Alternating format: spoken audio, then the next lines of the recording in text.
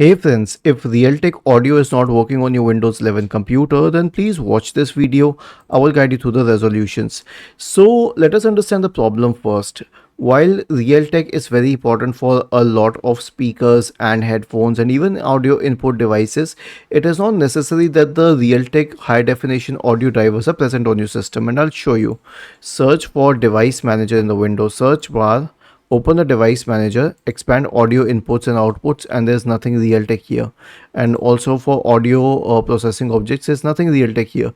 So you can download the drivers and install them. Simply search for Realtek audio driver, Windows 10 or 11, whatever you have, and click on the first option. It's the same result for Bing and Google.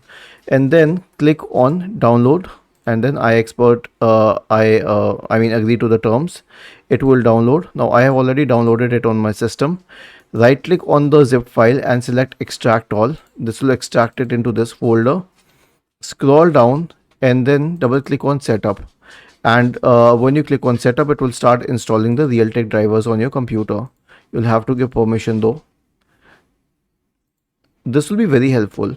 The second solution is to disable audio enhancements associated with the device. I'll show you how this is done. Right click on the system tray, sound settings. Now scroll down and click on more sound settings. You'll find your active audio output device with a green tick here. So right click on it and select properties.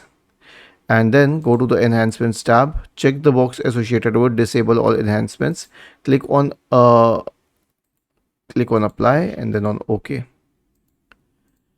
The next solution is to restart the Windows audio service. So search for services in the Windows search bar and open the services window, and then make it standard, expand it, and then scroll down to the Windows audio service.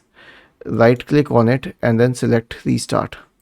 The last solution is the audio troubleshooter. So right click on the start button and select settings from the menu.